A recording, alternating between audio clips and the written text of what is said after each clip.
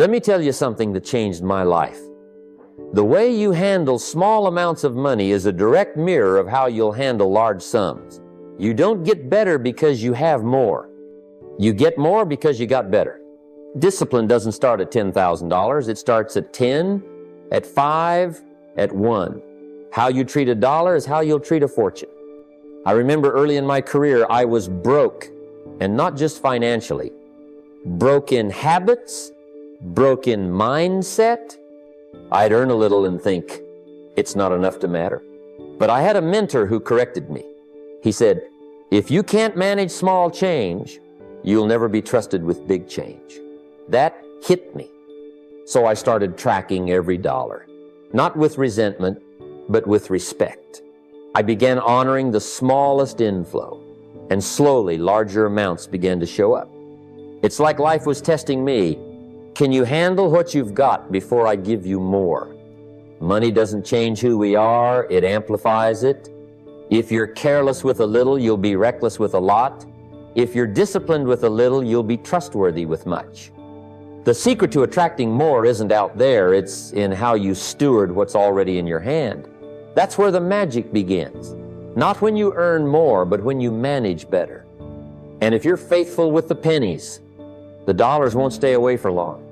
Handle the little with excellence, and the big will come find you. I've seen it time and again. Someone earns a little extra, feels good, and before long, it's gone. Not because the opportunity wasn't there, but because their emotions got there first. They got excited and bought something they didn't need, or they got scared and pulled out of a good investment too early. If you want to stop losing money, you've got to stop letting your emotions drive your financial decisions. Emotions are powerful, and they can serve us, but they can also sabotage us. I remember early in my career, I had a chance to invest in a small business venture. I was excited. My emotions were high. But I didn't pause to really analyze it. I didn't sleep on it. I just jumped. And I lost a good chunk of change, not because it was a bad idea on paper, but because I didn't approach it with discipline. That taught me one of the most expensive yet valuable lessons of my life. Never let excitement write the check. Let clarity do it. From that point forward, I adopted a simple rule. Before any major financial move, wait 24 hours. Let the dust settle. Let the feelings calm. Look at the numbers with fresh eyes. If it still makes sense tomorrow, it's probably worth considering. But if it was just a moment of adrenaline, a sale, a pitch, a fear of missing out, you'll catch it in that cooling off period. Discipline really is the guardrail of wealth. Without it, you'll veer off track. With it, you stay steady. Emotional spending is like a leak in a bucket. You may not notice it right away, but over time, it drains you dry. If you want to keep what you earn, you must lead with logic, not impulse. That's how wealth stays where it belongs, with you. I used to think money was the answer, until I realized it disappears just as fast if your mind can't handle it. That's when it hit me. Money doesn't stay where wisdom doesn't live. If you want to change your income, you've got to change your philosophy. And that starts with learning, deliberate, daily learning. The wealthy have a secret. They're not just money makers, they're wisdom seekers. They read, they study, they go to seminars, they hire coaches. And it's not because they're bored or have nothing better to do, it's because they know knowledge is the seed from which wealth grows. I remember a time when I stumbled across a book on financial independence. Just a small paperback. Cost me a few dollars. But the ideas in that book, they rewired my entire future. One idea, clearly understood, can shift your entire destiny. That's the power of learning. Now, you don't have to consume everything all at once. Start small. 10 pages a day. One good podcast during your commute. An hour each weekend devoted to personal development. Stack enough of those sessions over the years, and you'll start noticing something strange. People will think you're lucky. They'll wonder why opportunities always seem to find you. But it's not luck, it's preparation meeting possibility. When you fill your mind with insight, your words become more valuable. Your decisions become sharper. You begin to anticipate rather than react. You stop guessing and start moving with intention. And money, like most things in life, tends to follow clarity. Learning isn't an expense. It's the greatest investment you'll ever make. Because money can be lost, but knowledge stays with you. It earns for you. It opens doors. And sometimes it even builds the building the doors are attached to. The more you learn, the more you'll earn.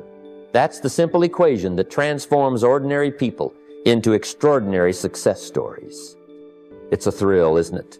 Making that sale, closing that deal, seeing your account grow, that's offense, income, cash flow, earnings, and it's important.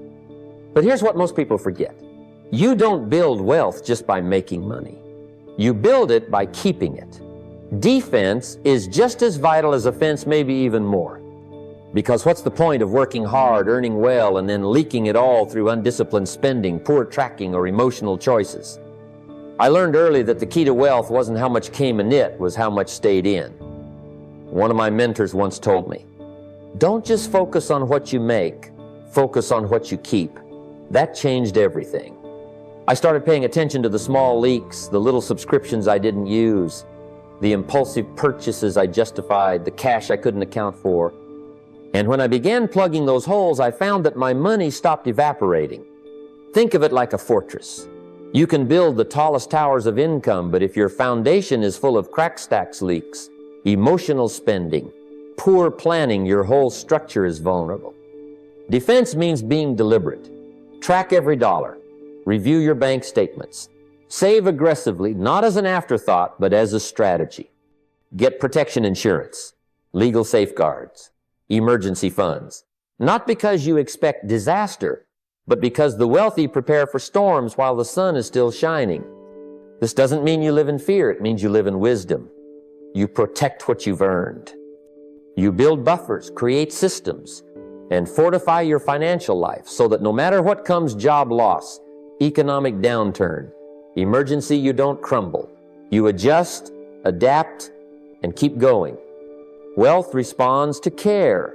Money stays where it's respected, and discipline is respect in action.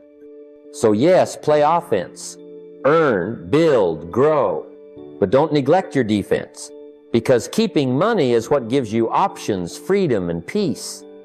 Growing up, many of us were handed beliefs about money like hand-me-down, clothes-worn, outdated, and never quite fitting. Money doesn't grow on trees. Rich people are greedy. We can't afford that. These weren't just phrases. They were seeds planted in the soil of our thinking. And if you're not careful, they grow into a financial philosophy that repels wealth even when you think you're chasing it. Now here's the hard truth. Most people stay broke not because they lack opportunity, but because they're running outdated programming. It's like trying to run new software on an old operating system. It crashes every time. You can attend all the seminars, read all the books, but if deep down you believe money is evil or scarce or that you're not worthy of abundance, you'll sabotage your success. Not out loud. Quietly, subconsciously, you'll procrastinate, miss opportunities, overspend, undercharge. That's the power of belief. I had to rewire my own thinking. I remember the first time I sat down and asked myself, quote, what do I really believe about money? It was eye-opening. I had some good ideas and some toxic ones. So I started changing the script. I wrote a new story. I began saying money is a tool. It's neutral. It amplifies who I already am. I started to believe that having more simply meant I could do more, give more, serve more, grow more. When you change your beliefs, you change your behaviors. You stop pushing money away and start attracting it. Not out of greed, but out of alignment. You start to value yourself more. You start charging what you're worth. You begin saving with confidence instead of fear. Investing becomes exciting, not intimidating. You stop seeing money as a problem and start using it as a solution. And that's the shift. That's the turning point. If you want to change your financial reality, start with your financial identity. Tell a better story and live into it. Most people misunderstand time. They treat it like an enemy, something to race against, something always slipping away. But time, if you know how to use it, is the greatest ally you'll ever have in the pursuit of wealth. The poor spend time. The wealthy invest it. One lets time drain their potential. The other lets time multiply it. I learned this the hard way. In my early years, I was always chasing opportunity, chasing money, chasing results. And I wanted it all to happen fast. But wealth doesn't work on your clock. It works on its own rhythm. It rewards consistency, not urgency. It rewards planting, not plucking. And once I understood that, everything changed. You see, wealthy people plant seeds of ideas, of investments, of habits, and then they let time do what time does best, compound. Compound interest doesn't just apply to money, it applies to effort, to learning, to discipline. A small daily habit done faithfully grows into extraordinary results over time. But you've got to start early, and you've got to keep going. Too many people delay. They say, I'll start saving when I earn more, or I'll invest when the timing is better. But the best time to start was 10 years ago, and the second best time is right now. Even if all you can save is a little, start. Even if your first investment is tiny, start. The size doesn't matter. What matters is motion, because time only compounds what you give it. If you give it excuses, it will return regret. But if you give it effort, it will return abundance. So don't wait. Don't fall into the trap of someday. Someday is a thief. Start where you are, with what you have, and trust that time, if treated as a friend, will reward you more than you can imagine. When it comes to building wealth, one of the most powerful words you can learn is no. Not in rebellion, not in arrogance, but in wisdom. Because every time you say yes to something trivial, you're saying no to something vital. And in a world that's constantly trying to grab your attention, protect your focus like it's gold, because it is. I remember in my early journey, I used to say yes to every little thing, every lunch invite, every small opportunity, every request for my time. I thought being available made me helpful. But what it really made me was scattered. I was busy, but I wasn't effective. Productive people aren't the busiest, they're the most selective. They've learned that protecting their time, their energy, and their resources is not selfish, it's strategic. Now this applies to your wallet too. Every shiny object is not an investment. Every deal is not a good deal. You've got to learn to guard your money like a gatekeeper guards a treasure vault. Ask yourself, does this move me closer to my financial vision, or is it just a distraction dressed up as an opportunity? The broke say yes to everything because they're afraid of missing out. The wealthy say no, often because they know that saying no to what doesn't matter gives them space to say yes to what does. They prioritize. They schedule. They think in terms of return, not reaction. You have to learn the art of strategic refusal. Turn down the good so you can receive the great. So if you want to build wealth, start by trimming the noise. Simplify. Refuse what pulls you off course. Say no to the unnecessary so you can say yes to the extraordinary. That's not discipline, that's destiny. I learned long ago that giving isn't just an act of charity. It's a declaration of abundance. It's your way of telling life, I have more than enough. And something strange happens when you give with that spirit. More starts to come your way. Not always from where you gave it, but from somewhere, somehow, the flow returns. It's almost as if the universe keeps its own secret ledger. I remember being flat broke in my early days. I didn't have much to give financially, but I had time, I had attention, and I had encouragement. So I gave what I could. I helped a neighbor fix his fence. I mentored a young man who was struggling to start his business. I shared what I was learning with friends who were open, and something remarkable began to happen. Opportunities started coming. People started referring me. Doors opened where before there were only walls. I didn't give to get, but I got because I gave. You see, contribution creates connection. When you lift someone else even just a little, you raise your own spirit in the process. And wealth is attracted to that kind of vibration, not desperation, but inspiration. The generous person becomes a magnet. Not because they're chasing money, but because they're creating value without strings attached. Give wisely, give intentionally, give with a clean heart.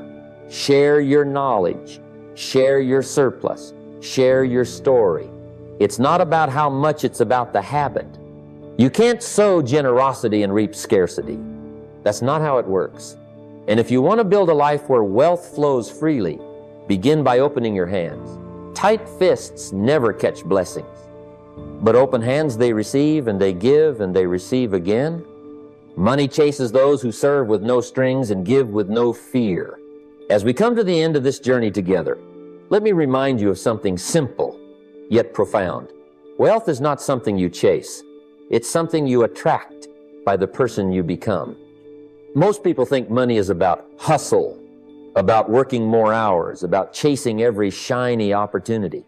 But real wealth-lasting wealth starts with philosophy.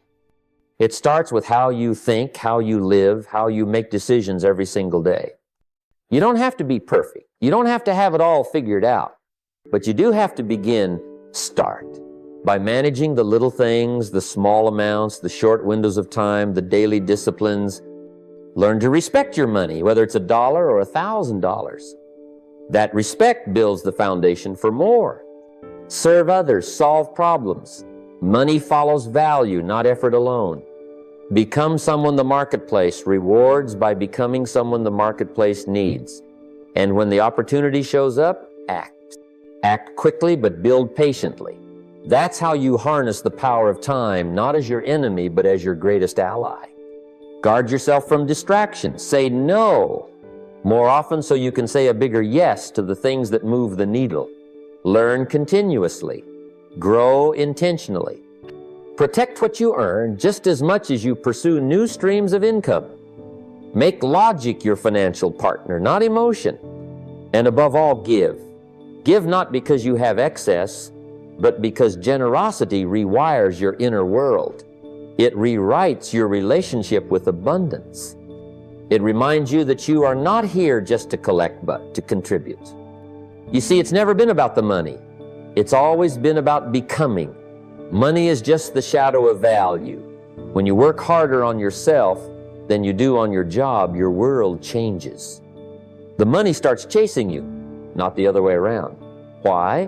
Because value always finds its level. And when you become a person of discipline, wisdom, service, courage, and generosity, wealth can't help but find its way to your doorstep. So here's my call to action for you. Don't let this be another talk that goes in one ear and out the other. Take one idea from this entire message, just one, and act on it today. Write it down. Think about it. Practice it. Share it with someone. Stack those small wins. Repeat. Build the habits that will build the life. You are one decision away from a new financial future. And when you change, everything changes.